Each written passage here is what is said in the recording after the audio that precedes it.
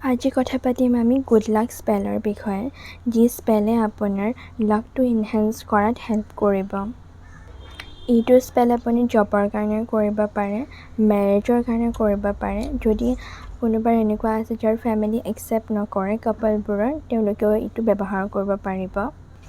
লগতে যাৰ হেল্থৰ ইছ্যু হৈ থাকে, তেওঁলোকেও এই স্পেলটো কৰিব পাৰিব। এই স্পেলটোৱে আপোনাৰ এট্ৰেকশ্যন পাৱাৰটো ইনহেঞ্চ কৰিব। এতিয়া কথা পাতোঁ এই ৰিচুৱেলটোৰ কাৰণে আপোনাক কি লাগিব। এই ৰিচুৱেলটোৰ কাৰণে আপোনাক এখন প্লেট লাগিব, নিমখ লাগিব আৰু ডালচেনি পাউডাৰ লাগিব। প্লেটখনত চাৰ্কল বনাই দিব নিমখেৰে, তাৰপিছত ডালচেনি পাউডাৰ অলপ ছটিয়াই দিব। দেন তাৰপিছত মাজত কেণ্ডেলডাল জ্বলাই দিব।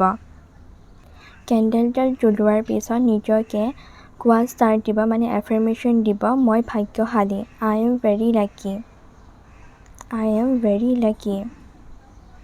আৰু জ্বলি থকা কেণ্ডেলডাল চাই নিজকে ক'ব যে আপোনাৰ উইচটো ফুলফিলমেণ্ট হৈ গৈছে আৰু সেই ইম'শ্যনটো আপুনি ফিল কৰিব চেষ্টা কৰিব, অলপ সময়ৰ কাৰণে হ'লেও।